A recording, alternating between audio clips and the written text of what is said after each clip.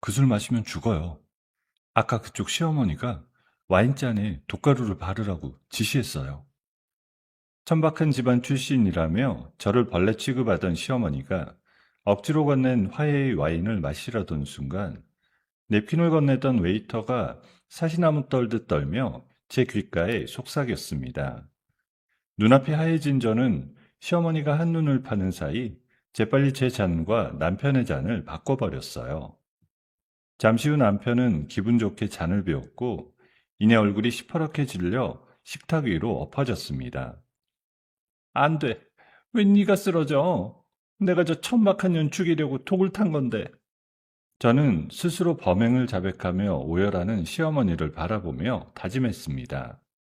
이제 더는 참지 않겠다고요. 사연 시작 전에 구독 버튼을 눌러주시고 어디서 듣고 계신지 댓글에 남겨주세요.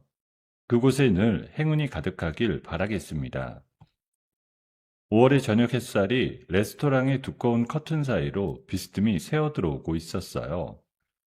프라이빗 룸 안에는 백합향이 은은하게 퍼져 있었고 흰 식탁보 위에는 은빛 식기들이 가지런히 놓여 있었습니다. 저는 무릎 위에 두 손을 모은 채 맞은편에 앉은 시어머니 박 회장의 얼굴을 조심스럽게 살피고 있었어요. 어버이날이라는 사실이 이렇게 무겁게 느껴진 적은 처음이었습니다. 남편 민준이 제 옆자리에서 헛기침을 한번 하더니 어머니를 향해 환하게 웃어 보였어요. 어머니, 오시느라 고생하셨어요. 오늘 음식 정말 좋은 곳으로 잡았으니까 편하게 드세요. 그래, 우리 아들이 신경 많이 썼구나. 시어머니가 천천히 냅킨을 펴서 무릎에 올리며 저를 흘낏 쳐다봤어요. 그 눈빛은 분명 웃고 있었지만 어딘가 서늘한 기운이 깔려 있어 등줄기에 식은땀이 흘렀습니다. 아가, 그동안 내가 너한테 모진 말 많이 했지? 오늘은 이제 그만 앙금 풀자고 자리 만든 거니까 편하게 먹거라. 저는 입꼬리를 끌어올려 웃으려 했지만 입술이 잘 떨어지지 않았어요. 지난 2년 동안 박 회장의 입에서 나온 말들이 떠올라 가슴이 먹먹해졌습니다. 평간호사 주제에 감히 우리 집 문턱을 넘었다며 손가락질하던 시선과 보약이라며 건넨 한약에 피임약을 섞여 먹이려다 들켰던 그 끔찍한 날들이 떠올라 손끝이 차갑게 식어갔어요. 어머니, 마음 써주셔서 감사해요. 저도 오늘 어머니 모시고 식사하게 돼서 좋습니다. 박 회장이 흡족한 표정으로 고개를 끄덕이며 손짓으로 웨이터를 불렀습니다. 내가 따로 가져온 와인이 있는데 그걸로 우리 세 식구 잔에 따라주세요. 검은색 정장을 입은 웨이터가 묵직한 와인병을 들고 조심스럽게 다가왔어요. 웨이터가 다가왔는데 어쩐지 손이 가늘게 떨리고 있더라고요. 저는 그 떨림을 보면서도 그저 긴장한 직원이려니 했습니다. 어머니, 이거 굉장히 귀한 거 아니에요? 라벨만 봐도 보통이 아닌데요? 우리 며느리 먹을 와인인데 내가 이 정도 신경은 써야지. 저는 박 회장이 며느리라는 단어를 처음으로 입에 올리는 모습에 잠시 멍해졌어요.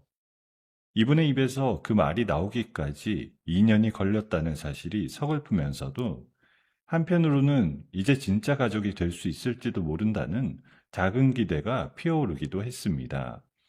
웨이터가 박 회장의 잔부터 천천히 따르기 시작했어요.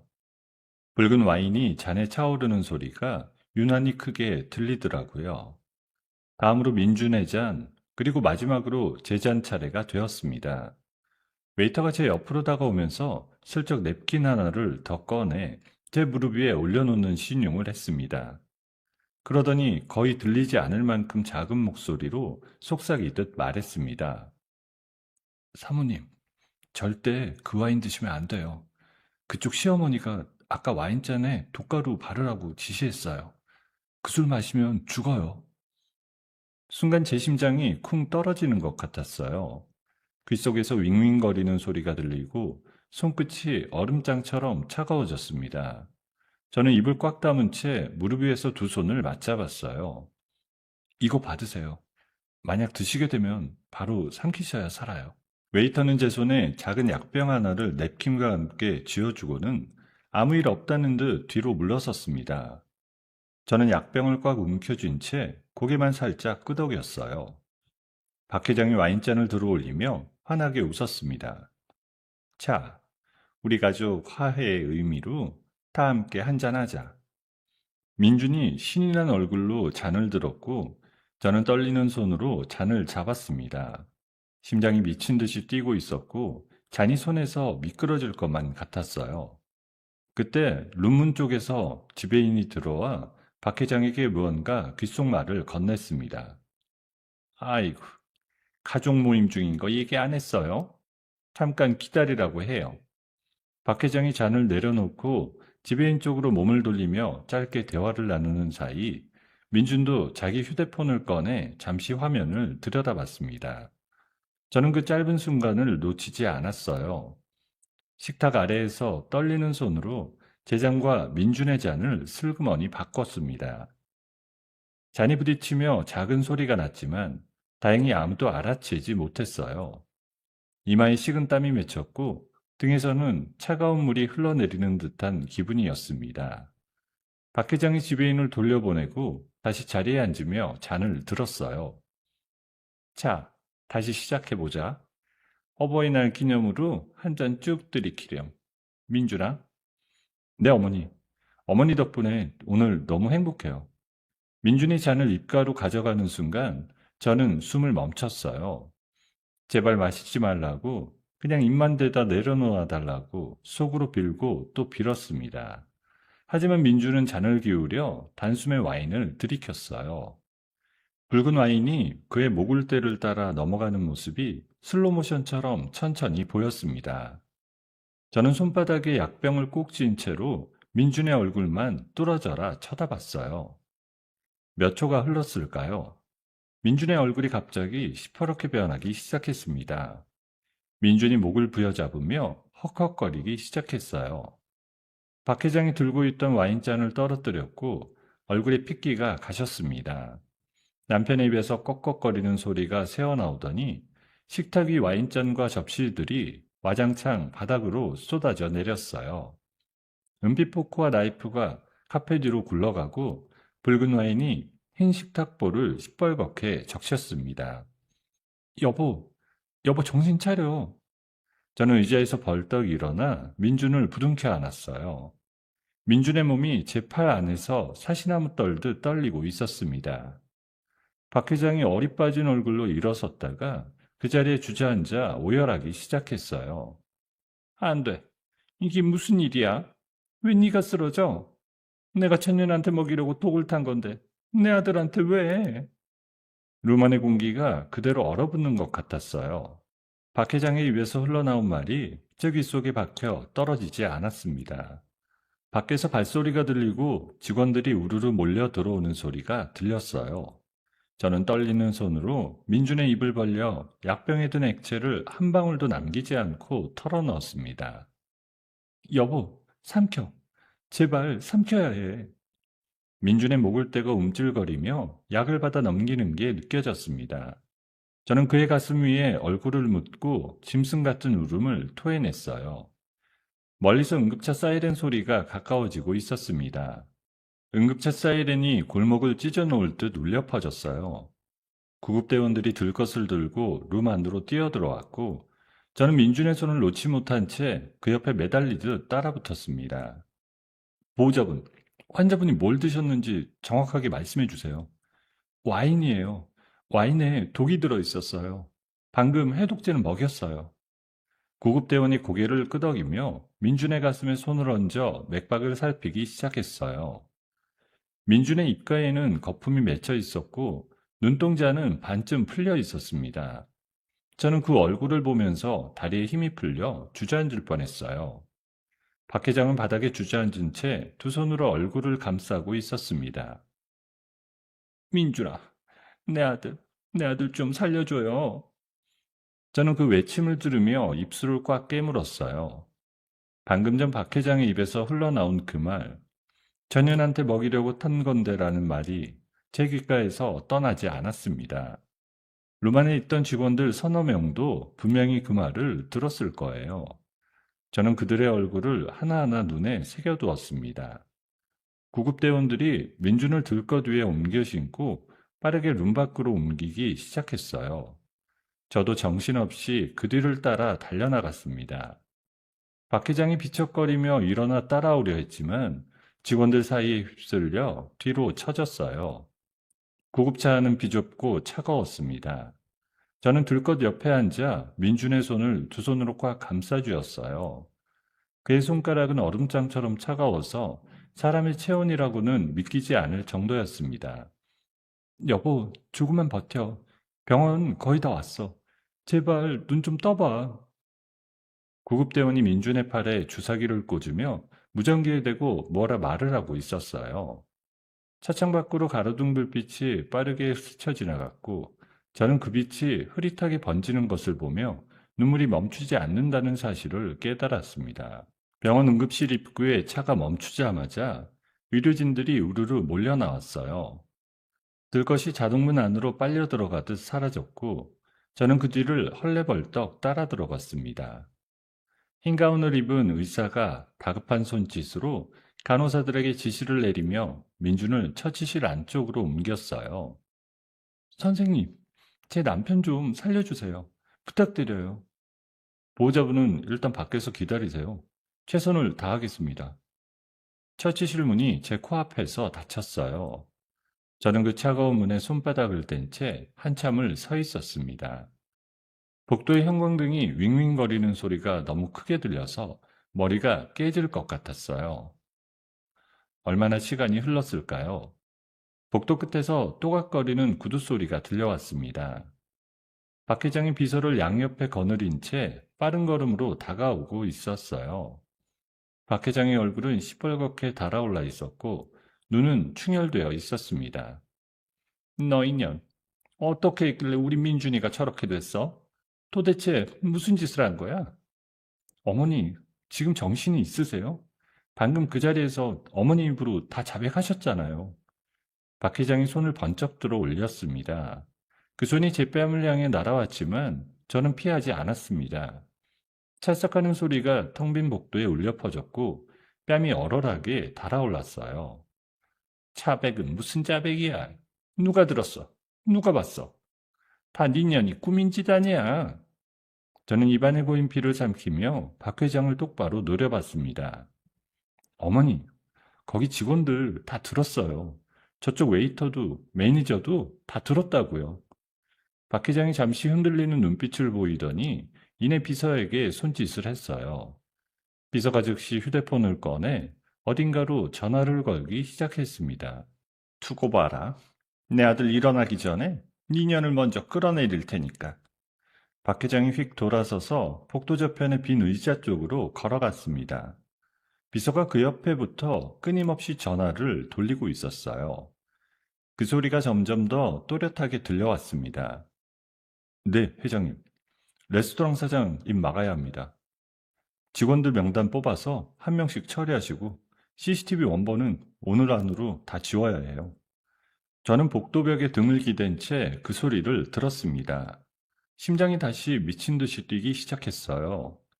저 사람이 지금 무슨 짓을 하려는지 너무도 분명하게 보였습니다. 방금 일어난 끔찍한 사건이 통째로 사라지려 하고 있었어요. 그때 처치실 문이 열리고 담당 의사가 마스크를 내리며 나왔습니다. 보호자분, 유민준 환자분 보호자 되시죠? 네, 아내예요. 어떻게 됐어요? 다행히 해독제가 빨리 들어와서 큰 고비는 넘겼습니다. 위세척도 마쳤고요. 지금은 중환자실로 옮겨서 경과를 지켜볼 거예요. 조금만 늦었어도 장기 손상이 심각했을 텐데 운이 좋으셨어요. 저는 그 말을 듣자마자 다리에 힘이 풀려 그대로 주저앉고 말았어요. 복도 바닥의 차가운 감촉이 무릎으로 전해져 왔습니다. 눈물이 줄줄 흘러내렸지만 닦을 생각도 들지 않았어요. 저쪽 의자에 앉아있던 박 회장이 의사의 말을 듣고 벌떡 일어나 다가왔습니다. 선생님, 우리 아들 정말 괜찮은 거 맞죠? 후유증은 없는 거죠? 네, 회장님. 위세척이 잘 끝났고 해독제 반응도 좋아서 큰 문제는 없을 겁니다. 박 회장이 손수건으로 눈가를 닦으며 흐느꼈어요. 저는 그 모습을 바닥에서 올려다보며 속이 뒤집어지는 기분이었습니다. 방금 전까지 저를 때리고 협박하던 사람이 지금은 또 어머니 노릇을 하고 있었어요. 저는 천천히 자리에서 일어났습니다. 다리가 후들거렸지만 더 이상 주저앉아 있을 수 없었어요. 박 회장이 의사를 따라 중환자실 쪽으로 발걸음을 옮기고 있었습니다. 비서가 여전히 그 옆에 붙어 어딘가로 전화를 돌리고 있었어요. 저는 텅 빈 복도에 홀로 남았습니다. 창밖으로 새벽이 밝아오고 있었어요. 푸르스름한 빛이 복도 끝 창문을 통해 스며들어왔고 그 빛에 제 그림자가 길게 늘어졌습니다. 저는 두 주먹을 꽉 쥐었어요. 손바닥에 손톱 자국이 깊게 박혔습니다. 오늘 밤 제가 본 것을, 들은 것을 절대로 잊지 않겠다고 다짐했어요. 저 사람을 절대로 용서하지 않겠다고 마음속으로 몇 번이고 되뇌었습니다. 복도 끝에서 청소부 아주머니가 대걸레로 바닥을 닦고 있었어요. 새벽 5시를 가리키는 벽시계의 초침 소리만이 또렷하게 울리고 있었습니다. 병원의 새벽은 이상하리만치 조용했어요. 저는 중환자실 앞 보호자 대기실 의자에 웅크리고 앉아 한숨도 자지 못한 채 아침을 맞았습니다. 목이 뻐근하고 입안은 모래를 한 움큼 삼킨 것처럼 텁텁했어요. 9시가 조금 넘었을 무렵 간호사가 다가와 민준이 의식을 회복했다는 소식을 전해주었습니다. 저는 자리에서 벌떡 일어나 그쪽으로 달려갔어요. 일반 병실로 옮겨진 민준은 침대에 비스듬히 기대어 천장을 멍하니 바라보고 있었어요. 얼굴은 백지장처럼 창백했지만 두 눈만큼은 또렷하게 빛나고 있었습니다. 여보, 정신이 들었구나. 얼마나 걱정했는지 몰라. 저는 침대 옆으로 다가가 민준의 손을 두 손으로 감싸주었어요. 손에 따뜻한 체온이 돌아온 것이 느껴져 저도 모르게 눈물이 흘렀어요. 지원아, 내가 왜 여기 있는 거야? 어제 분명히 어머니랑 식사하러 갔었는데. 민준의 목소리가 갈라져 나왔어요. 저는 잠시 망설였습니다. 이 사람에게 진실을 말해야 할지 아니면 잠시 미뤄둬야 할지 머릿속이 복잡해졌어요. 하지만 시간을 끌면 끌수록 박 회장의 손길이 먼저 닿을 것이 분명했습니다. 여보, 놀라지 말고 들어. 어제 어머니가 와인잔에 독을 타셨어. 그게 내 잔이었는데 내가 식탁 밑으로 잔을 바꿔서 당신이 그걸 마시게 된 거야. 민준의 얼굴에서 핏기가 싹 가셨어요. 그의 입술이 가늘게 떨리기 시작했습니다. 지원아, 너 지금 무슨 소리를 하는 거야? 어머니가 그럴 리가 없잖아. 여보, 어머니가 어제 그 자리에서 직접 그러셨어. 전현한테 먹이려고 탄 건데 왜 네가 마셨냐고. 거기 직원들도 다 들었어. 민준이 두 손으로 얼굴을 감싸주었어요. 그의 어깨가 가늘게 들썩이기 시작했습니다. 저는 그 모습을 보면서 가슴이 무너지는 것 같았지만 더 이상 진실을 숨길 수는 없었어요. 그때 복도에서 발소리가 우당탕거리며 가까워졌습니다. 병실 문이 벌컥 열리고 박 회장이 검은 정장을 입은 경호원 대여섯 명을 거느린 채 안으로 들이닥쳤어요. 내 아들 어딨어? 비켜라 이년아. 박 회장이 저를 거칠게 밀쳐내고 침대 옆으로 다가갔습니다. 저는 휘청거리며 벽 쪽으로 밀려났어요. 민준이 천천히 얼굴에서 손을 떼고 어머니를 올려다봤습니다. 민준아, 우리 아들, 엄마가 얼마나 걱정했는지 알아? 어머니, 어머니가 정말 그러셨어요? 와인에 정말 독을 타셨어요? 박 회장이 잠시 멈칫하더니 이내 손수건을 꺼내 눈가를 닦았어요. 민준아, 엄마 말 잘 들어? 어제 그 와인에 독을 탄 건 저 여자야. 저 여자가 네 재산을 노리고 너까지 죽이려고 한 거야. 엄마가 들어와서야 알게 됐다. 어머니, 지금 무슨 말씀을 하시는 거예요? 어제 그 자리에서 어머니 입으로 다 자백하셨잖아요. 박 회장이 휙 돌아서서 저를 향해 손가락질을 했습니다. 어디서 며느리란 게 시어미한테 누명을 씌워? 니년이 평소에 우리 민준이 재산이며 우리 집 재산이며 욕심 부리던 게 한두 번이냐? 민준이 침대에서 몸을 일으키려 했지만 힘이 없어 다시 베개로 쓰러졌어요. 그의 호흡이 가빠지기 시작했습니다. 어머니, 그만하세요. 지금 머리가 너무 아파요. 우리 아들 지금 약 기운에 정신이 없어. 너 같은 년한테 더 이상 우리 아들 못 맡긴다. 당장 짐 싸서 나가. 박 회장이 경호원들에게 손짓을 했어요. 검은 정장을 입은 사내들이 저를 향해 다가오기 시작했습니다. 저는 침대 옆 난간을 꽉 잡았어요. 여보, 정신 차려. 내 말 믿어줘. 내가 왜 당신을 죽이려고 하겠어. 우리가 어떻게 만난 사이인데. 민준의 호흡이 점점 더 거칠어지더니 그가 가슴을 부여잡고 캑캑거리기 시작했어요. 의사 불러, 빨리. 내 아들 또 발작해. 간호사들이 불이 나게 뛰어들어와 민준의 산소 마스크를 다시 채웠습니다. 저는 그 광경을 보면서도 경호원들의 손에 잡혀 병실 밖으로 끌려나갔어요. 복도에 내동댕이 쳐진 저는 무릎을 꿇은 채 한참을 일어나지 못했습니다. 병실 문이 굳게 닫혔고 그 안에서 박 회장의 흐느낌 소리가 새어나오고 있었어요. 얼마나 지났을까요? 말끔한 양복을 입은 중년 남자가 제 앞으로 다가왔습니다. 며느님, 회장님께서 보내신 사람입니다. 잠깐 얘기 좀 하실까요? 비서실장이 저에게 손짓을 했어요. 저는 천천히 자리에서 일어나 옷 매무새를 가다듬었습니다. 비서실장이 양복 안주머니에서 두툼한 봉투를 꺼내 제 앞에 내밀었어요. 여기 위자료 10억입니다. 지금 이 길로 짐 싸서 조용히 내려가시면 더 보내드릴 수도 있고요. 회장님은 더 이상 이 일을 키우고 싶어 하지 않으십니다. 저는 봉투를 한참 동안 내려다봤어요. 봉투 안에 빳빳한 종이가 두툼하게 들어있는 것이 느껴졌습니다.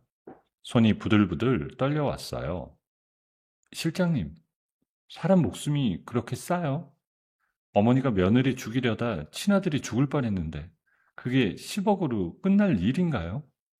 며느님, 세상 무서운 줄 모르시는구나. 우리 회장님 손이 안 닿는 곳이 없습니다. 지금 이게 마지막 기회예요. 저는 비서실장이 내민 명함을 받아들고는 그 자리에서 두 손으로 갈기갈기 찢어버렸어요. 종이 조각이 복도 바닥에 흩날렸습니다. 가서 어머니께 전해요. 돈으로 사람 목숨, 파리 목숨 취급하는 그 추악한 짓거리 내가 세상에 다 알릴 거라고요. 비서실장의 얼굴이 일그러졌습니다. 그는 잠시 저를 노려보더니 휙 돌아서서 병실 안으로 들어갔습니다. 저는 그 자리에 잠시 더 서 있다가 천천히 엘리베이터 쪽으로 발걸음을 옮겼어요. 병원을 빠져나오는 동안 다리가 후들거려 몇 번이나 벽을 짚어야 했습니다. 밖으로 나오니 햇살이 눈부시게 쏟아져 내리고 있었어요. 저는 잠시 그 자리에 서서 햇살을 받으며 숨을 깊이 들이마셨습니다. 이제 갈 곳은 한 군데뿐이었어요. 저는 택시를 잡아 타고 관할 경찰서로 향했습니다. 경찰서 안내 데스크에서 형사과로 안내받아 들어갔을 때 책상 앞에 앉아있던 형사가 의자에 비스듬히 기대어 저를 위아래로 훑어봤습니다. 어떻게 오셨어요? 저희 시어머니가 어제 저녁 식사 자리에서 제 와인잔에 독을 타셨어요. 그걸 제 남편이 잘못 마셔서 응급실까지 갔고요. 살인미수로 고소하려고 왔습니다. 형사가 펜을 책상 위에 탁 내려놓더니 헛웃음을 지었어요. 시어머니가요? 어디 시어머니인데요? 제일종합병원 박 회장님이세요. 형사의 얼굴이 순식간에 굳어졌어요. 그는 잠시 저를 빤히 쳐다보더니 자리에서 일어나 어디론가 전화를 걸러 갔습니다. 저는 그 모습을 보며 가슴이 서늘해졌어요. 5분쯤 지났을까요? 형사가 돌아와 다시 자리에 앉으며 펜을 들었습니다. 사모님, 이게 그냥 고부 사이의 사소한 오해 같은데요. 잘 생각해 보세요. 어머니께서 정말 그러셨겠어요? 일단 며칠 더 지켜보시고 그래도 정 억울하시면 다시 오세요. 형사님, 사람이 죽을 뻔했어요. 지금 사소한 오해라고 하셨어요? 사모님, 일단 가세요. 조서는 다음에 작성하시고요. 저는 두 주먹을 꽉 쥔 채 자리에서 일어났어요. 경찰서 문을 나서며 뒤를 돌아봤을 때 형사가 다시 어디론가 전화를 걸고 있는 모습이 보였습니다. 저는 입술을 깨물며 발걸음을 재촉했어요. 이제 의지할 곳은 단 한 사람 뿐이었습니다. 어젯밤 제 손에 약병을 쥐어준 그 웨이터. 그 사람을 찾아내야만 했어요. 경찰서를 나선 저는 한참을 거리에 서서 어디로 가야 할지 막막했습니다. 집으로 돌아갈 수도 없고 병원으로 다시 갈 수도 없는 처지였습니다. 저는 결국 근처 비즈니스 호텔에 방을 하나 잡았어요. 좁고 어두운 객실 안에 들어서자마자 침대 위에 가방을 내려놓고 그대로 주저앉았습니다. 휴대폰을 꺼내 어제 그 레스토랑 번호를 검색해 떨리는 손으로 전화를 걸었어요. 신호는 가는데 아무도 받지 않더라고요.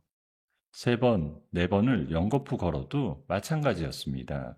그 웨이터의 이름조차 모른다는 사실이 그제야 떠올랐습니다. 목숨을 구해준 사람의 이름 한자도 챙기지 못했다는 게 너무 서글펐어요. 저는 침대에 비스듬히 기대어 잠시 눈을 감았습니다. 지난밤 한숨도 못 잔 탓에 몸이 천근만근이었어요. 그렇게 까무룩 잠이 들었을 때였습니다. 쾅쾅쾅 하는 소리에 화들짝 놀라 눈을 떴어요. 객실 문을 누군가 거칠게 두드리고 있었습니다. 저는 비척거리며 일어나 문 쪽으로 다가갔어요. 문 너머에서 굵직한 남자 목소리가 들려왔습니다. 경찰입니다. 문 여세요. 심장이 쿵 내려앉았습니다. 저는 떨리는 손으로 문을 열었어요.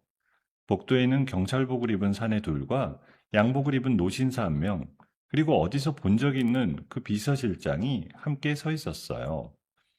이지원 씨 맞으시죠? 살인미수 혐의로 긴급 체포하겠습니다. 네? 지금 뭐라고 하셨어요? 경찰이 제 팔을 잡아 객실 안으로 들어왔어요. 노신사가 뒤따라 들어오며 손에 들고 있던 두꺼운 서류 가방을 침대 위에 내려놓았습니다.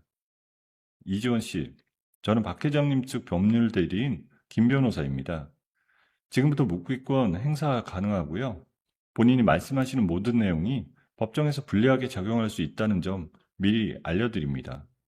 경찰 1명이 가방 안에서 투명한 비닐봉지에 담긴 작은 약병을 꺼내 보였어요. 어제 제가 민준의 입에 털어넣었던 바로 그 약병이었습니다. 이 약병 알아보시겠습니까? 어제 응급실에서 보호자분 가방에서 발견된 겁니다. 성분 분석 결과 해독제 맞고요. 결국 본인이 독약과 해독제를 직접 준비해 두셨다는 얘기가 되는 거죠. 그게 무슨 말도 안 되는 소리예요. 그 약은 어제 레스토랑 웨이터가 저한테 준 거라고요. 변호사가 입가에 옅은 미소를 띠며 서류 한 장을 꺼내 제 코앞에 들이밀었어요. 어제 레스토랑 지배인과 직원 5명이 진술서를 작성했습니다. 며느님께서 평소 시어머님 험담을 자주 하셨고 남편분 재산 얘기를 입에 달고 사셨다는 내용이 일치하게 적혀 있네요. 거기에 어제 그 자리에서 며느님이 직접 와인병을 만지셨다는 증언도 있고요. 거짓말이에요. 다 거짓말이에요. 그 사람들 다 매수당한 거라고요. 며느님, 그러게 어제 제가 좋게 가시라고 그렇게 말씀드렸는데요. 저는 머릿속이 새하얘졌어요. 발밑이 무너져 내리는 것 같았습니다. 경찰이 허리춤에서 수갑을 꺼내 들었어요. 철컥하는 차가운 금속 소리가 객실 안에 울려 퍼졌습니다. 잠깐만요. 제 남편한테 전화 한 통만 하게 해주세요. 그것만 부탁드릴게요. 변호사가 잠시 망설이더니 고개를 끄덕였어요. 저는 떨리는 손으로 민준의 번호를 눌렀습니다. 신호가 2번 가고 통화가 연결되었어요. 여보, 나야. 여보, 내 말 들어봐. 지금 경찰이 와서 나를 잡아간대. 지원아, 너 정말 왜 그랬어? 어머니가 보여주신 사진이며 진술서며 다 봤어. 너 왜 그랬니? 민준의 목소리는 약기운에 잠겨 흐릿했습니다. 저는 그 목소리를 듣고 가슴이 무너져 내렸어요. 여보, 나 아니야. 나 정말 아니야. 어머니가 다 꾸민 거야. 제발 정신 차려. 지원아, 나 지금 너무 힘들어. 머리가 깨질 것 같아. 조금만 있다가 다시 얘기하자. 전화가 뚝 끊어졌어요. 저는 휴대폰을 손에 쥔 채 그 자리에 굳어버렸습니다. 비서실장이 옆에서 흐뭇한 미소를 짓고 있었어요. 경찰이 다가와 제 2손에 수갑을 채웠습니다. 차가운 새가 손목에 닿는 순간 온몸에 소름이 돋았어요. 저는 끌려 나가지 않으려고 발버둥을 쳤지만 경찰 2명의 힘을 당해낼 수가 없었습니다. 호텔 로비로 끌려 나왔을 때 그곳에는 이미 카메라를 든 기자들이 새까맣게 진을 치고 있었어요. 연달아 터지는 플래시 불빛에 눈을 뜰 수가 없었습니다. 의사 남편을 독살하려 한 이유가 뭡니까? 시어머니께 누명 씌우려 했다는 게 사실인가요? 저는 두 손이 수갑에 묶여 있어 얼굴을 가릴 수도 없었습니다. 수많은 카메라 앞에 적나라하게 노출된 채 로비를 가로질러 끌려갔어요. 호텔 정문 앞에 세워진 경찰차에 떠밀려 올라타는 순간 한 기자가 휴대폰 화면을 제 코앞에 들이밀었어요. 그 화면에는 이미 큼지막한 기사 제목이 떠 있었습니다. 재산 노린 의사 남편 독살 미수, 며느리의 잔혹한 두 얼굴이라는 제목이 굵은 글씨로 박혀 있었어요. 전 그 화면을 보면서 헛웃음이 나왔습니다. 이미 모든 판이 짜여 있었던 거예요. 박 회장의 손이 닿지 않는 곳이 정말로 없었습니다. 경찰차가 출발하자 차창 밖으로 카메라 셔터 소리가 멀어져 갔어요. 저는 좌석에 고개를 푹 숙인 채 흐느꼈습니다. 눈물이 무릎 위로 뚝뚝 떨어졌어요. 경찰서에 도착한 저는 곧바로 유치장으로 옮겨졌습니다. 좁고 차가운 공간이었어요. 벽은 시멘트 그대로였고 바닥에는 얇은 매트 하나가 깔려 있을 뿐이었습니다. 쇠창살이 묵직한 소리를 내며 잠겼어요. 저는 매트 위에 무릎을 끌어안고 주저앉았습니다. 평범했던 제 삶이 단 하루 만에 이렇게 무너져 내릴 줄은 정말 몰랐어요. 대학병원에서 아이들을 돌보던 그 시절이, 민중과 처음 손을 잡고 영화관에 갔던 그 봄날이 모두 까마득한 옛날 이야기처럼 느껴졌습니다. 이대로 살인 미수범 누명을 쓰고 평생을 감옥에서 썩게 될지도 모른다는 공포가 밀려왔어요. 저는 두 손에 얼굴을 묻고 한참을 흐느꼈습니다. 얼마나 시간이 흘렀을까요? 쇠창살 밖에서 발소리가 들려왔습니다. 말끔하게 차려입은 젊은 남자가 서류 가방을 든 채 다가왔어요. 이지원 씨 국선 변호인입니다. 잠깐 얘기 좀 할까요? 저는 천천히 고개를 들었습니다. 남자의 얼굴에는 미소도 동종도 없었어요. 그는 쇠창살 앞에 놓인 의자에 앉으며 서류를 펼쳤습니다. 이지원 씨, 솔직히 말씀드리면 이번 사건 이기기 어렵습니다. 증거도 너무 불리하게 짜여 있고요. 차라리 지금이라도 범행을 인정하시고 우발적이었다고 진술하시면 형량을 절반 이하로 낮춰드릴 수 있어요. 그 편이 본인한테 훨씬 유리합니다. 변호사님까지 그쪽 사람이에요? 저는 그저 의뢰인한테 가장 현실적인 길을 알려드리는 겁니다. 잘 생각해 보세요.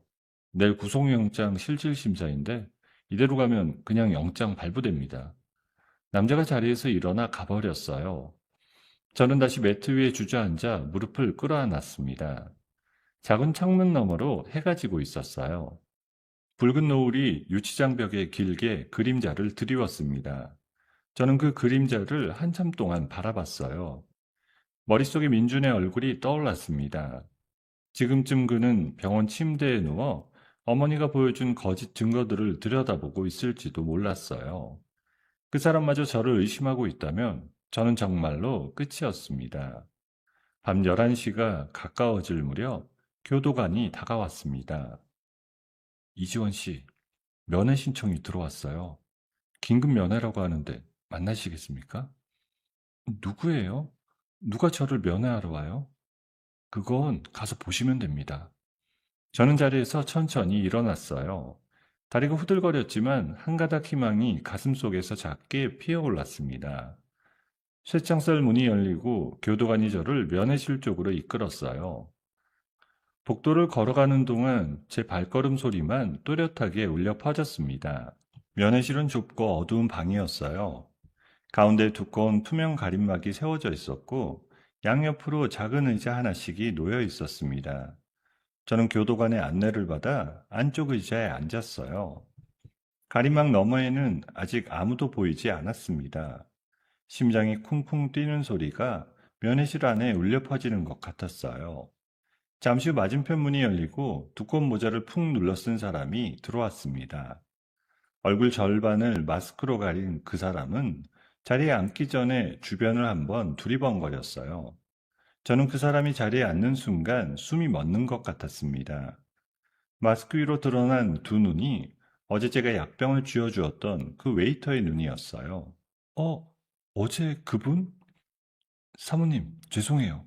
너무 늦게 와서 정말 죄송합니다. 웨이터가 천천히 마스크를 내렸어요. 얼굴이 퉁퉁 부어 있었고 한쪽 눈가에는 시퍼런 멍이 들어 있었습니다. 저는 그 모습을 보고 입을 틀어막았어요. 그 얼굴 누가 그랬어요? 어제 사모님 가신 다음에 사장님이 저를 사무실로 부르더라고요.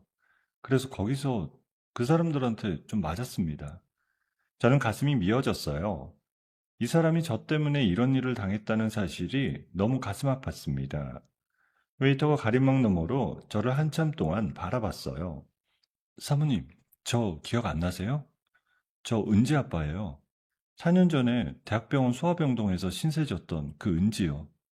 순간 머릿속에 무언가가 번쩍하고 스쳐 지나갔어요.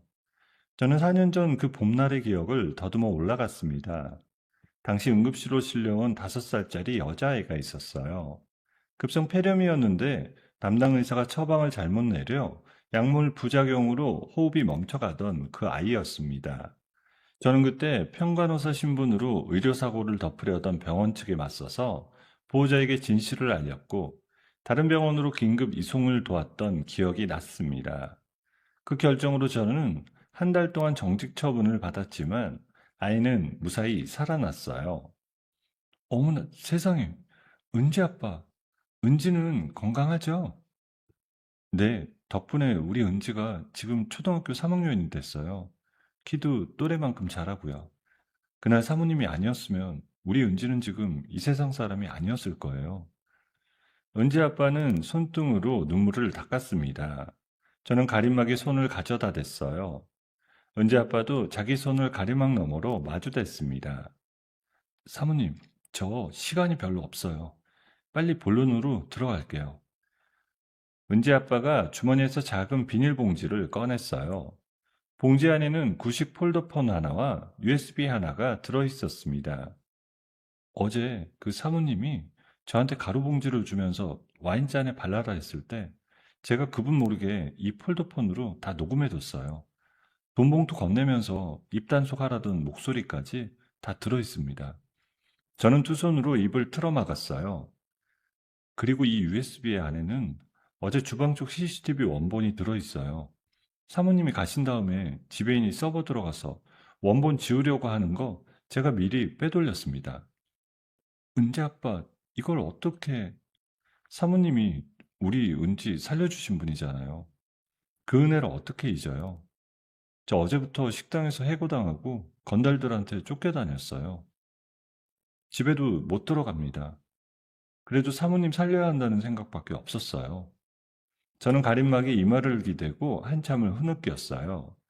목구멍에서 뜨거운 것이 올라와 말이 나오지 않았습니다. 이 사람이 어제 저녁부터 지금까지 어떤 마음으로 도망 다녔을지 생각하니 가슴이 찢어지는 것 같았습니다.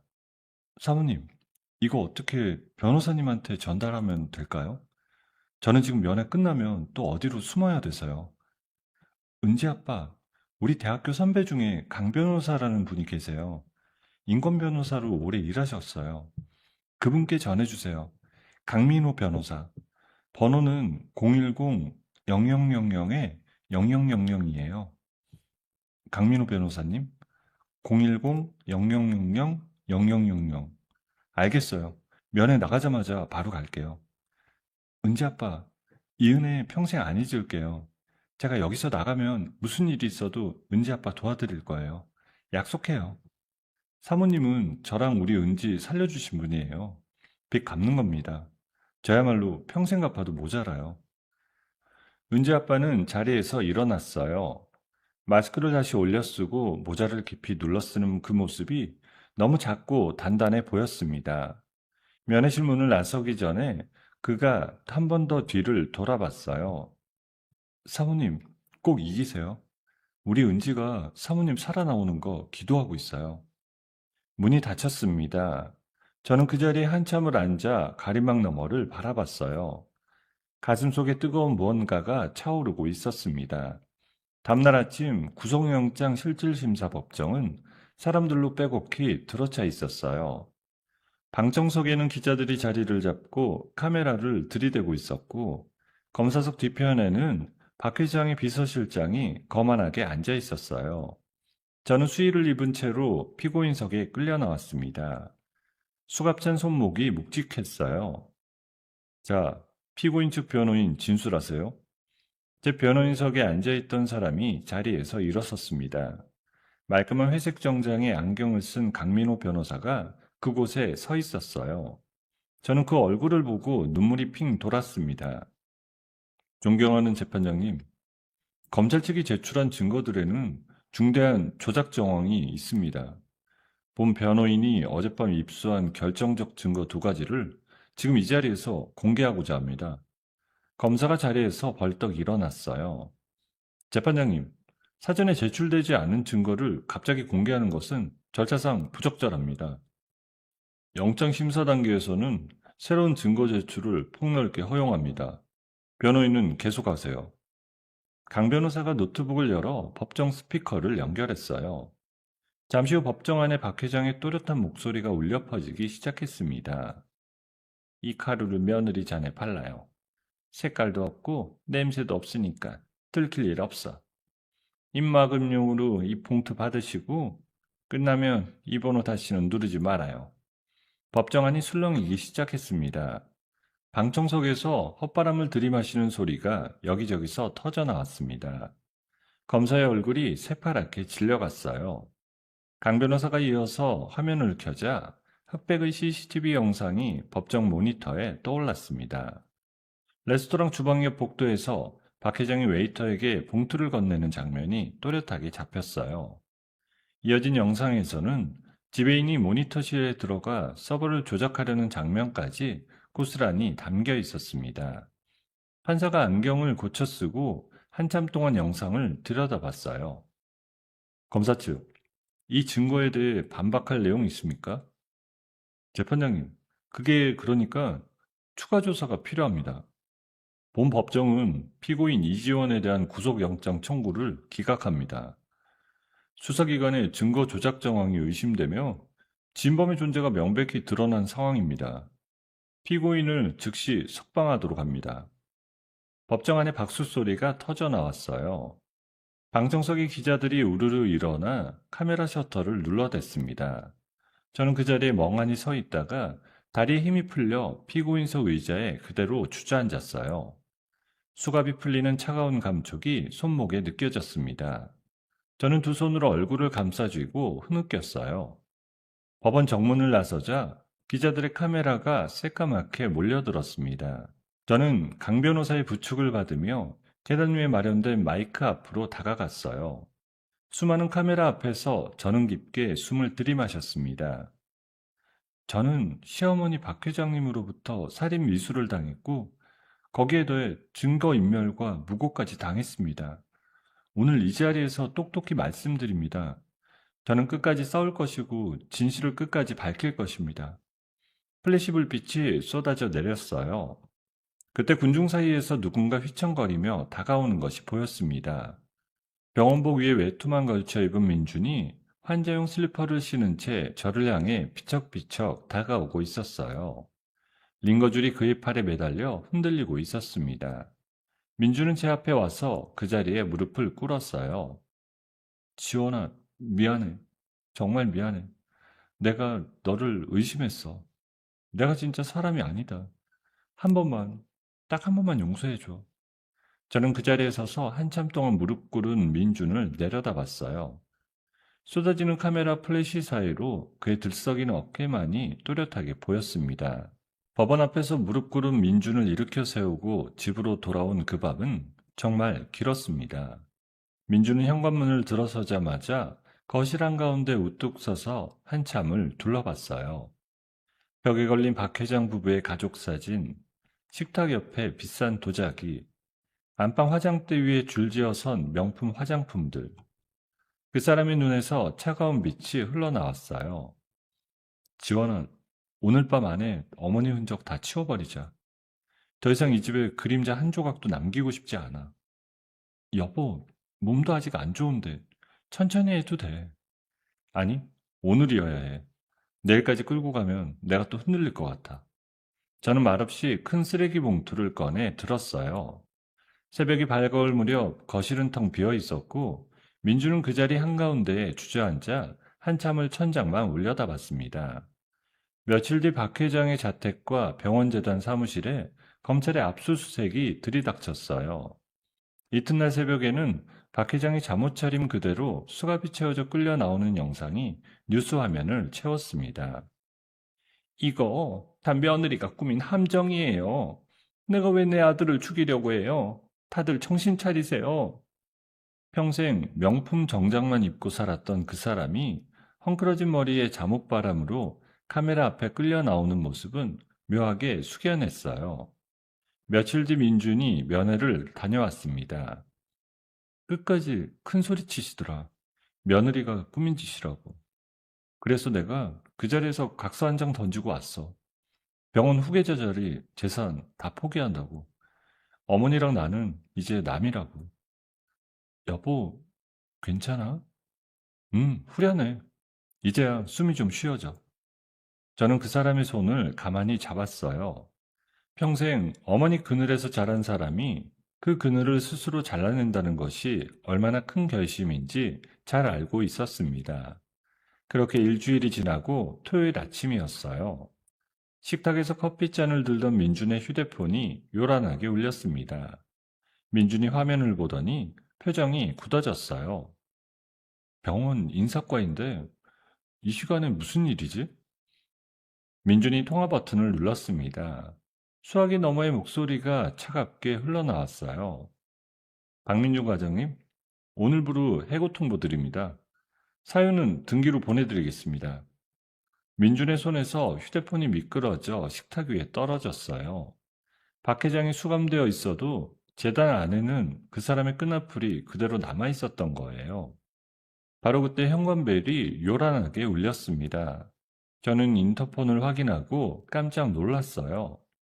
화면 속에는 험상궂은 남자 4명이 종이 한 장을 손에 든 채 서 있었어요. 명도 집행하러 왔습니다. 문 여세요. 저는 떨리는 손으로 문을 열었습니다. 집행관이 종이를 제 앞에 내밀었어요. 이 아파트 새 주인이 명도 집행 신청하셨습니다. 오늘 안으로 짐 빼셔야 해요. 여긴 저희 집인데요. 등기부 등본 보세요. 일주일 전에 소유권 넘어갔습니다. 민준이 비척거리며 현관으로 나왔어요. 종이를 받아든 그 사람의 손이 부들부들 떨리기 시작했습니다. 어머니 명의로 되어 있었어. 결혼할 때 잠깐 어머니 앞으로 해뒀던 거. 어머니가 들어가시기 직전에 다 팔아 넘기신 거야. 통장은? 우리 적금이며 월급 통장은? 민준이 휴대폰을 들어 은행 앱을 열었어요. 화면 속 잔액칸에는 0이라는 숫자가 박혀 있었습니다. 내 월급 통장 관리하시던 권한 그대로 갖고 계셨으니까. 다 빼가셨어. 한 푼도 안 남기고. 저는 현관 바닥에 그대로 주저앉았어요. 집행관들이 한쪽에서 짐을 빼라며 발걸음을 재촉했습니다. 저는 비쩍거리며 일어나 안방옷장 깊숙한 곳에 숨겨둔 비상금 봉투를 꺼냈어요. 500만 원이 들어있었습니다. 결혼식 축의금 일부를 따로 떼어두었던 돈이었어요. 그날 오후 저희는 트럭 한 대에 옷가지와 이불 몇 채만 싣고 집을 나섰습니다. 차창 밖으로 빌딩 숲이 멀어지고 점점 좁고 가파른 골목길이 펼쳐졌어요. 산동네 꼭대기에 부동산이 소개해준 방 한 칸짜리 집이 있었습니다. 방문을 열고 들어서자 곰팡이 냄새가 코를 찔렀어요. 벽지는 군데군데 들떠 있었고 천장 한 구석에는 거뭇거뭇한 얼룩이 번져 있었어요. 민주는 방 한가운데 우뚝 서서 한참을 그 광경을 바라봤습니다. 그러더니 천천히 무릎이 꺾이며 그대로 바닥에 주저앉았어요. 지원아, 미안해. 내가 너한테 이런 데서 살게 만들 줄은 정말 몰랐어. 여보, 그런 말 하지 마. 우리 둘이 같이 있잖아. 살아있잖아. 그거면 됐어. 저는 그 사람 옆에 앉아 어깨를 끌어안았어요. 좁은 방 안에 둘이 부둥켜 안은 채로 한참을 그렇게 있었습니다. 그날 밤 이불 한 채를 바닥에 깔고 민주는 그 위에 모로 누워 잠이 들었어요. 저는 그 옆에 앉아 한참을 깜빡이는 형광등을 바라봤습니다. 속이 좀 메스꺼리더라고요. 저는 가방을 뒤져 약국에서 받아둔 임신 테스트기 하나를 꺼냈습니다. 생리가 2달 가까이 늦어졌는데 그동안 정신이 없어 헤아릴 겨를도 없었거든요. 좁은 화장실에 들어가 문을 잠갔습니다. 이분이 2시간처럼 느껴졌어요. 천천히 창에 2줄이 또렷하게 떠올랐습니다. 저는 테스트기를 손에 든 채 화장실 바닥에 그대로 주저앉았어요. 눈물이 줄줄 흘러내렸습니다. 기쁨이 먼저였는지 두려움이 먼저였는지 알 수가 없었어요. 이 곰팡이 핀 단칸방에 새 생명이 찾아왔다는 사실이 너무 미안하고 또 너무 고마웠습니다. 저는 한참 동안 거기에 앉아 있다가 천천히 일어났어요. 방으로 돌아와 잠든 민준의 얼굴을 한참 동안 내려다봤습니다. 언제 말해야 할지, 어떻게 말해야 할지 머릿속이 복잡했어요. 며칠 뒤 새벽 5시 민주는 안전화를 신고 작업복을 챙겨 입었습니다.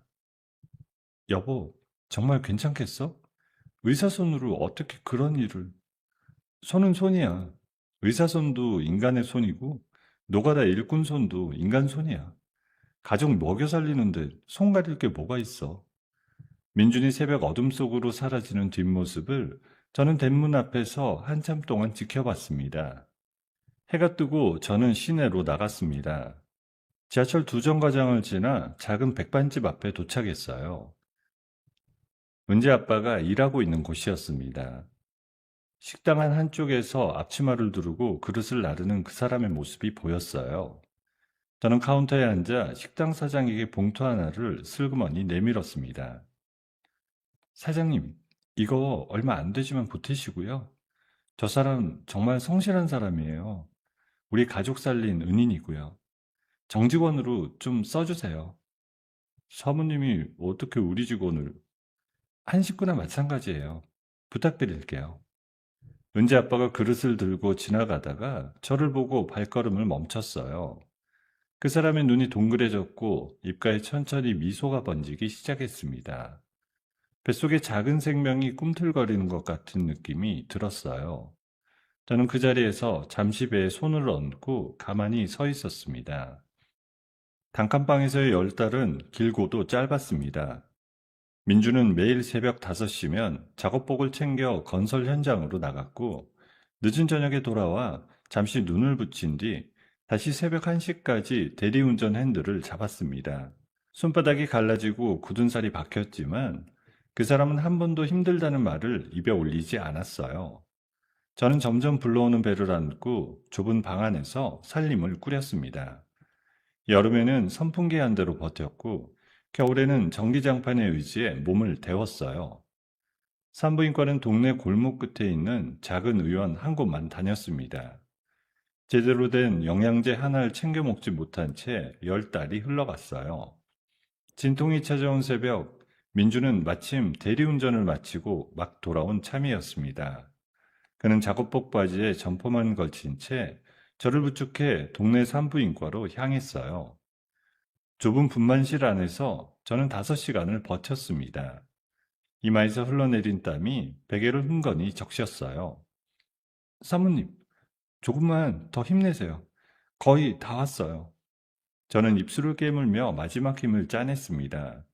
작은 울음소리가 분만실 안에 울려 퍼진 순간 제 눈에서 눈물이 줄줄 흘렀어요. 간호사가 갓 태어난 아기를 제 가슴 위에 올려주었습니다. 작고 빨갛고 따뜻한 생명이 제 가슴팍에서 꼼지락거리고 있었어요. 아영아, 우리 아영이... 엄마야, 엄마. 분만실 문 너머에서 민준이 흐느끼는 소리가 들려왔습니다. 저는 아이의 작은 손가락을 하나하나 만져보며 한참을 그 자리에 누워 있었어요. 병원에 입원할 형편이 안 되어 다음날 바로 퇴원을 했습니다. 택시를 타고 단칸방으로 돌아왔어요. 방바닥에 깔린 이불 위에 아영이를 눕히고 저도 모르게 또 눈물이 흘렀습니다. 산후조리는 꿈도 꿀 수 없는 처지였어요. 저는 출산 사흘 만에 일어나 미역국을 끓이고 기저귀를 갈았습니다. 민주는 출산 다음날 새벽부터 다시 핸들을 잡으러 나갔어요.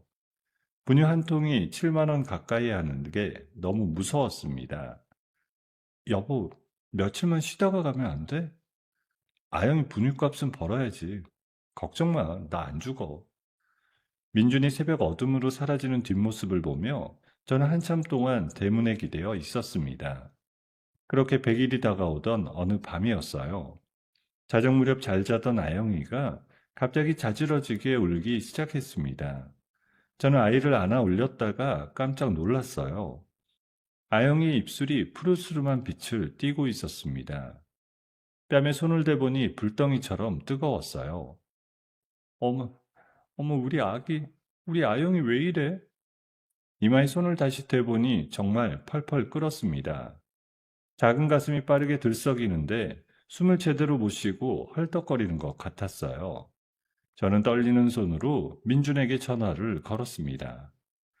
여보, 빨리 와. 아영이가 숨을 못 쉬어. 입술이 다 파래졌어. 지금 가. 지금 갈게. 너 먼저 응급실로 가. 큰 병원으로 가야 돼. 저는 작은 강보로 아영이를 감쌌습니다. 급한 마음에 슬리퍼를 신은 채로 골목길을 뛰어내려갔어요. 큰 길에 나가 손을 흔드니 택시 한 대가 멈춰섰습니다. 기사님이 제 다급한 얼굴을 보고 곧장 대학병원으로 차를 몰았어요. 응급실 안은 새벽인데도 사람들로 북적였습니다. 저는 아영이를 안고 접수창구로 달려갔어요.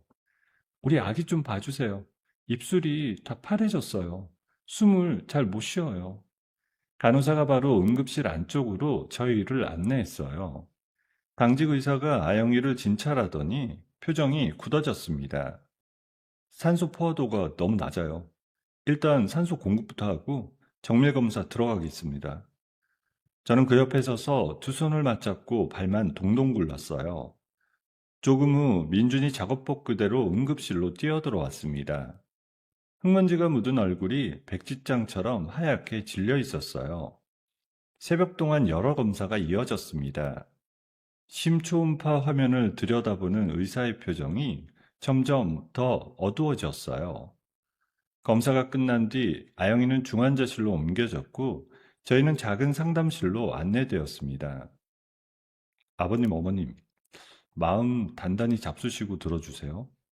저는 민준의 손을 꼭 잡았어요. 의사가 책상 위 검사지를 펼쳐 보였습니다. 아기 심장에 선천적인 기형이 있습니다. 굉장히 드문 경우인데요. 당장 수술하지 않으면 며칠 안에 위험해질 수 있어요. 수술하면 살 수 있는 거죠? 살 수 있는 거 맞죠? 수술만 성공하면 정상 생활 가능합니다. 다만 수술 자체가 굉장히 까다롭고 비용도 만만치가 않아요. 입원비랑 수술비 합쳐서 보통 4천에서 5천만 원 정도 보셔야 합니다. 민준의 손이 제 손 안에서 우두두 떨리기 시작했어요. 저는 그 손을 더 꽉 움켜쥐었습니다. 상담실을 나온 민준은 복도 의자에 주저앉아 두 손으로 얼굴을 감쌌어요. 그날 아침 저희 둘은 발이 부르트도록 뛰어다녔습니다. 먼저 동사무소를 찾아갔어요. 복지 담당 공무원이 서류를 한참 들여다보더니 고개를 저었습니다. 어머님, 죄송한데요. 의료비 지원 받으려면 절차가 좀 있어요. 한 달 정도는 기다리셔야 합니다. 한 달은 너무 길어요. 우리 아기 못 버텨요. 좀 빨리 해주실 수 없을까요? 저희도 규정이 있어서요. 죄송합니다. 저희는 시내에 있는 구호단체 몇 군데를 더 돌았어요. 답은 모두 비슷했습니다. 서류 심사가 빨라도 보름은 걸린다는 거였어요. 지푸라기라도 잡는 심정으로 저희는 은행문도 두드렸습니다. 세 군데를 돌았어요. 세 군데 모두 같은 대답이 돌아왔습니다. 남편분 신용 기록에 빚보증 미해결이 있어서요. 대출 어렵습니다. 빚보증요? 저는 그런 거 선 적이 없는데요. 여기 보시면 4년 전에 유민준 명의로 보증 서신 게 있어요. 채무자가 박순영 회장님으로 되어 있고요. 금액이 12억입니다. 이거 해결 안 되면 본인 대출이 아예 불가능해요. 민준의 얼굴이 시뻘겋게 달아올랐어요. 어머니가, 어머니가 네 명이 도용해서 보증을 세워놓으셨어. 내가 모르는 사이에. 저희는 은행 로비에 서서 한참을 멍하니 서로를 바라봤습니다. 저녁 무렵에는 사채업자 사무실까지 찾아갔어요. 기름때 묻은 책상 너머에 앉아있던 사내가 저희를 위아래로 훑었습니다. 직장도 없고 집도 없고 신용기록도 엉망이고 보증인이라도 있어야 빌려드리죠. 우리 아기 죽어가요. 이제 얼마든지 드릴게요. 아주머니, 우리도 자선사업가 아니에요. 다른 데 알아보세요. 저희는 사무실 밖으로 쫓겨났어요. 골목길 가로등 아래에서 민준이 가로등 기둥을 끌어안고 짐승처럼 울기 시작했습니다. 저는 그 옆에 서서 함께 울었어요. 병원으로 다시 돌아왔을 때 아영이는 산소호흡기를 단 채로 중환자실 침대에 누워 있었습니다. 작은 가슴이 기계의 힘으로 오르락내리락 하고 있었어요. 유리병 너머로 그 모습을 보던 저는 다리에 힘이 풀려 그대로 바닥에 무릎을 꿇었습니다. 하느님, 부처님, 누구라도 좋아요. 제발 우리 아영이 좀 살려주세요. 제 목숨을 가져가셔도 좋으니까 우리 아기 좀 살려주세요. 저는 차가운 복도 바닥에 머리를 박으며 흐느꼈어요. 민주는 한참 동안 유리벽 앞에 서 있다가 천천히 돌아섰습니다. 그의 두 눈에서 빛이 사라져 있었어요. 마치 영혼이 빠져나간 사람처럼 보였습니다. 그날 밤 저는 보호자 의자에 모로 앉아 까무룩 잠이 들었어요. 얼마나 잤을까요?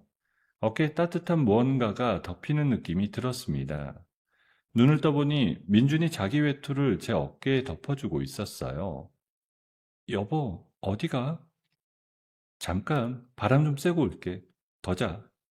민준이 제 이마에 가볍게 입을 맞췄어요.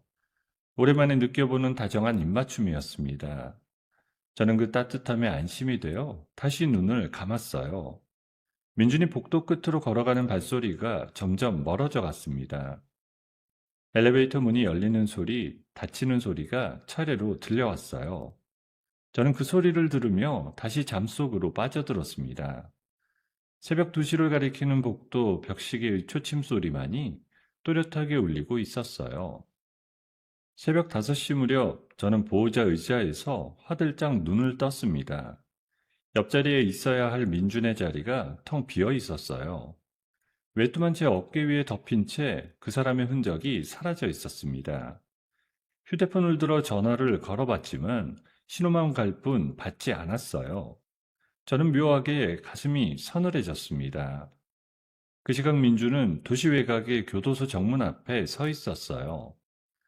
며칠 동안 깎지 못한 수염이 덥수룩하게 자라 있었고 작업복 점퍼는 흙먼지가 묻어 누렇게 변색되어 있었습니다. 민주는 한참 동안 그 높은 회색 담장을 올려다봤어요. 평생 다시는 발걸음하지 않겠다고 다짐했던 곳이었습니다. 면회 신청 창구 앞에서 민주는 자신의 신분증을 내밀었습니다. 수감자 누구 만나러 오셨어요? 박순영, 박순영 회장요. 제 어머니입니다. 특별 면회 신청합니다. 면회실 안에서 민주는 투명한 가림막을 사이에 두고 의자에 앉았어요. 심장이 거꾸로 매달린 듯 묵직했습니다. 잠시 후 맞은편 문이 열리고 한 여자가 들어왔어요. 수의를 입은 박 회장이 2명의 교도관에게 호송되어 들어오고 있었습니다. 석 달 전 압수수색을 당하던 그 도도한 모습은 사라지고 없었어요. 흰머리가 부쩍 늘었고 얼굴은 노랗게 떴습니다. 다만 눈빛만큼은 여전히 차가운 도끼가 서려 있었어요. 누구신가 했더니 의절한 아들이 어쩐 일이실까? 민준이 천천히 수화기를 들어 올렸습니다. 며느리한테 매 맞고 살더니 이제는 빌어먹고 살게 됐나? 그 꼴이 다 뭐냐? 어머니, 저 부탁드릴 게 있어서 왔습니다. 어디 한번 말해봐라. 무릎 꿇고 빌면 받아줄까 생각해보지. 민주는 잠시 입을 다물었습니다. 그러더니 천천히 점퍼 안주머니에서 사진 한 장을 꺼냈어요. 병원 중환자실에서 산소호흡기를 단 채 누워있는 아영이의 사진이었습니다. 작은 가슴에 여러 가닥의 줄이 연결되어 있고 얼굴은 핏기가 가셔 푸르스름했어요. 민준이 그 사진을 가림막에 천천히 밀착시켰습니다. 어머니, 이 아이가 어머니 손녀입니다. 어머니 핏줄이에요. 유아영이라고 100일가 지났습니다. 박 회장의 눈동자가 흔들리기 시작했어요. 그분의 시선이 사진 위에 단단히 고정되었습니다. 선천성 심장 기형이래요. 당장 수술하지 않으면 못 산대요. 수술비가 5천만 원 가까이 드는데 저희한테 돈 한 푼이 없어요. 사채까지 알아봤는데 다 거절당했고요. 동사무소도 구호단체도 다 한 달은 걸린대요. 우리 아영이 한 달 못 버텨요. 박 회장이 입을 꽉 다물었어요. 수의자락을 움켜쥔 그분의 손이 가늘게 떨리기 시작했습니다. 어머니, 어머니가 며느리 미워하시는 건 알아요. 그래도 이 아이는 어머니 손녀잖아요. 어머니 닮은 눈매를 하고 있어요. 사진 자세히 보세요. 어머니 어릴 적 사진이랑 똑같아요. 카라, 나는 그런 손녀 둔 적 없다. 박 회장이 고개를 돌렸어요. 하지만 그 시선은 자꾸만 사진으로 되돌아왔습니다. 어머니, 어머니가 숨겨두신 그 돈, 그 비자금만 있으면 우리 아영이 살릴 수 있어요. 그 돈으로 아이만 살려주시면 제가 평생 어머니 종노릇이라도 하겠습니다. 어머니가 시키시는 일 뭐든 다 할게요. 다시는 어머님께 등 돌리지 않겠습니다. 민준이 의자에서 미끄러지듯 내려와 면회실 바닥에 두 무릎을 꿇었어요. 차가운 시멘트 바닥에 이마를 박았습니다. 수화기는 그의 손에 단단히 쥐어져 있었어요. 어머니, 한 번만, 딱 한 번만 살려주세요. 우리 아영이만 살려주시면 제 평생을 어머니께 바칠게요. 박 회장이 가림막 앞에 우뚝 서 있었어요.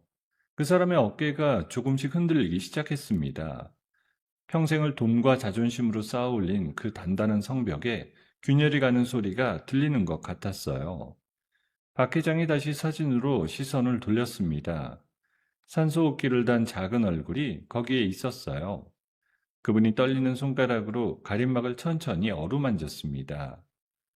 이 아이 정말 내 손녀냐? 내 피가 흐르는 아이냐고? 네, 어머니 손녀예요. 유아영이에요. 박 회장이 수화기를 떨어뜨렸어요. 수화기가 바닥에 부딪혀 둔탁한 소리를 냈습니다. 그분이 두 손으로 얼굴을 감싸쥐고 그 자리에 주저앉았어요. 평생을 꼿꼿하게 살아온 박 회장의 몸이 새우처럼 굽어졌습니다. 박 회장의 입에서 짐승 같은 울음소리가 새어나오기 시작했어요. 내가, 내가 미친 년이지. 돈에 미치고 자존심에 미쳐서 내 핏줄을 죽이고 있었구나. 내가 천벌을 받아 마땅하지. 내가 죽일 년이야. 박 회장이 떨어뜨린 수화기를 다시 부여잡았어요. 민준아, 미안하다. 정말 미안하다. 이 어미가 미쳤었어. 우리 손녀 어떻게든 살려야 한다. 살려야 해. 박 회장이 교도관을 향해 손짓을 했습니다. 거기 내 변호사 좀 불러주세요. 지금 당장. 한시가 급해요. 내 변호사 박상철 좀 불러주세요. 교도관이 잠시 망설이다가 무전기를 들었어요. 민주는 면회실 바닥에 무릎을 꿇은 채 계속 흐느꼈습니다. 박 회장이 가림막 너머로 그 모습을 한참 동안 바라봤어요. 민준아, 일어나. 일어나 아들. 너 무릎 꿇리려고 내가 이렇게 산 게 아니지 않니? 20분이 흘러 면회실에 박 회장의 전속 변호사가 도착했습니다. 박 회장은 변호사 앞에서 손가락이 부들부들 떨리는 와중에도 차분하게 지시를 내렸습니다. 박 변호사, 내가 그동안 차명으로 묶어뒀던 계좌들 있죠? 그거 다 해지하세요. 한 푼도 남기지 말고. 그중에 5천만 원은 지금 당장 우리 손녀 유아영 수술비로 병원에 송금하시고요. 나머지는 우리 민준이 통장으로 다 넣어주세요. 1시간 안에 처리해 주시고요. 회장님, 그게 회장님 노후를 위해서 따로. 노후가 무슨 노후예요? 노후 같은 소리 하지 말고 내가 죄 짓고 살았는데 노후가 어딨어요. 빨리 처리하세요. 1시간 안에. 변호사가 서둘러 휴대폰을 꺼냈습니다. 박 회장이 손가락이 떨리는 와중에도 또박또박 또 다른 지시를 내렸습니다. 그리고 내 명의로 되어 있는 거 다 정리해서 병원 소아 심장병 환자 재단에 익명으로 기부하세요. 한 푼도 남기지 말고요. 내가 죽기 전에 속죄라도 좀 해야겠어요. 변호사는 다급한 손길로 어딘가에 전화를 돌리기 시작했어요. 같은 시각 병원 중환자실에서는 다급한 알람 소리가 울려 퍼지고 있었습니다. 저는 유리벽에 매달리듯부터 안쪽을 들여다보고 있었어요.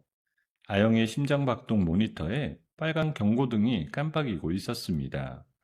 가느다란 곡선이 평평한 선에 가까워지고 있었어요. 산소 포화도가 떨어집니다. 심박수 50, 45. 계속 떨어져요.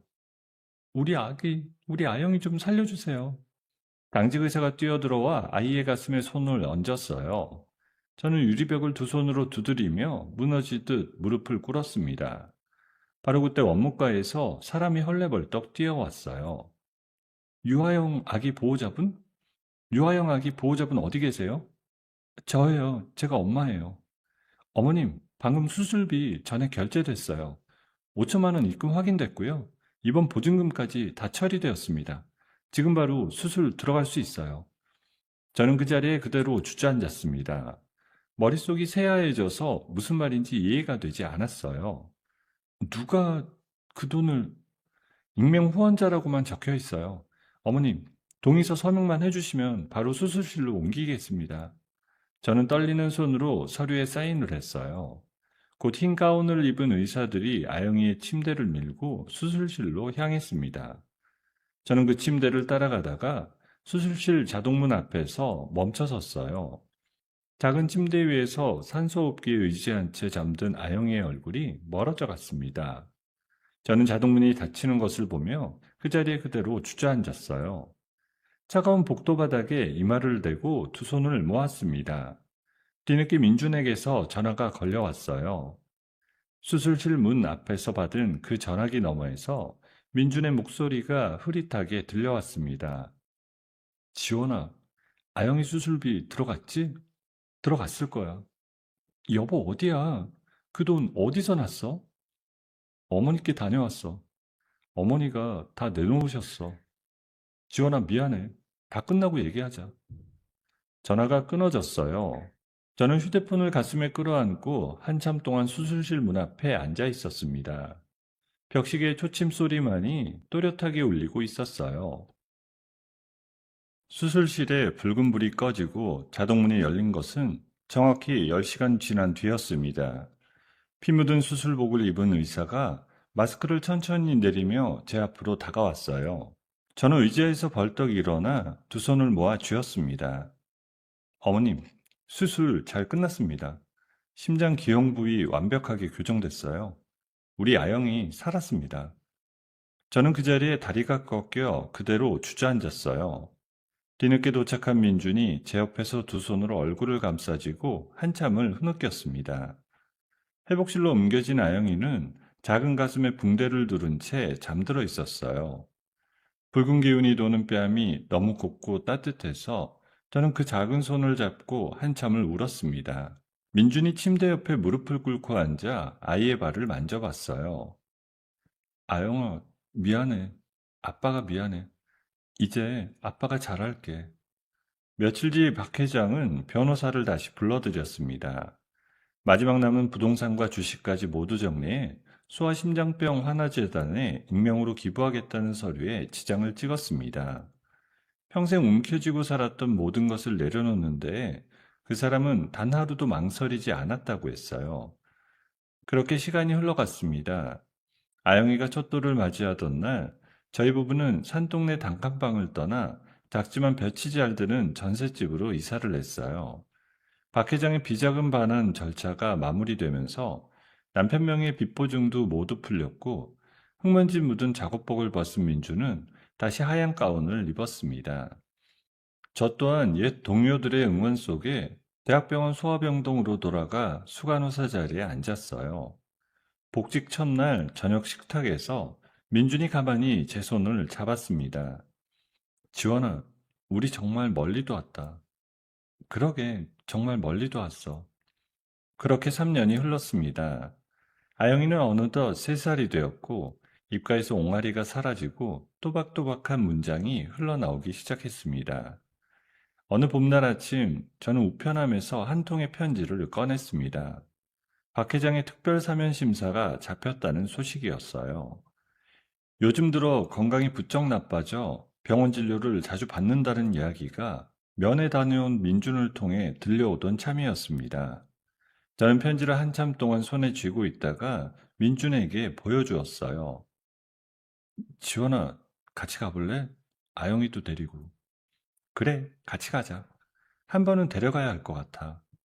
그날 오후 저희 세 식구는 차를 몰아 교도소로 향했습니다. 차창 밖으로 벚꽃이 흩날리고 있었어요. 뒷좌석 카시트에 앉은 아영이가 작은 손가락으로 창밖을 가리키며 종알거렸습니다. 엄마, 꽃비 와, 꽃비. 그래, 아영아, 꽃비 오네. 정말 이쁘다. 면회실 안으로 들어선 박 회장은 정말 몰라보게 수척해져 있었어요. 머리가 새하얗게 세웠고 두 뺨이 움푹 들어가 있었습니다. 그 사람이 가림막 너머에서 아영이를 보고는 그 자리에 그대로 굳어버렸어요. 아이고, 우리 손녀가 이렇게 컸구나. 이렇게 예쁘게 컸어. 박 회장이 떨리는 손가락으로 가림막을 어루만졌습니다. 아영이는 영문도 모르고 가림막 너머의 할머니를 빤히 쳐다봤어요. 그러더니 작은 손바닥을 가림막에 쫙 붙였습니다. 할머니, 할머니 안녕? 박 회장의 두 눈에서 굵은 눈방울이 또르르 흘러내렸어요. 박 회장이 아영이의 작은 손바닥에 자기 손을 마주댔습니다. 가림막을 사이에 두고 두 손이 겹쳐졌어요. 저는 그 모습을 한참 동안 바라봤습니다. 심장이 묵직하게 아려오는데 묘하게 따뜻한 무언가가 가슴을 채웠어요. 어머니, 박 회장이 눈물 젖은 얼굴로 저를 올려다봤습니다. 치원아, 너한테는 무슨 말을 해야 할지 모르겠다. 평생 가도 갚지 못할 죄를 지었어. 어머니, 그날 그 자리에서 어머니가 무슨 짓을 하셨는지, 그 뒤로 우리 가족이 어떻게 살았는지 저는 다 기억해요. 그건 잊지 못해요.